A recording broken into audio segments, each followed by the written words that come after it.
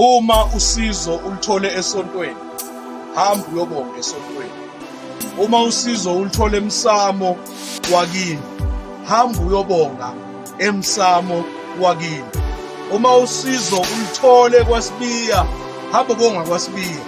Uma ulithole kwaMkhize, hamba ubonga kwaMkhize. Yiyekeleni lento ukuthi ucela into esontweni uhambe uyoyibonga emsamo wakwini.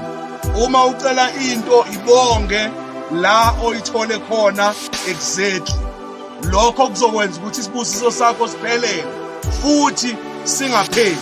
Ngoba uma ubonga esontweni into ubuyicela emsamo wakini ayipheleli kahle. Uthi uJesu-ke kulamadoda ayishumi awasizile, wabuya eyodwa izobonga, uthi bapha abanye, wambusisa lo yedwa ubuyile.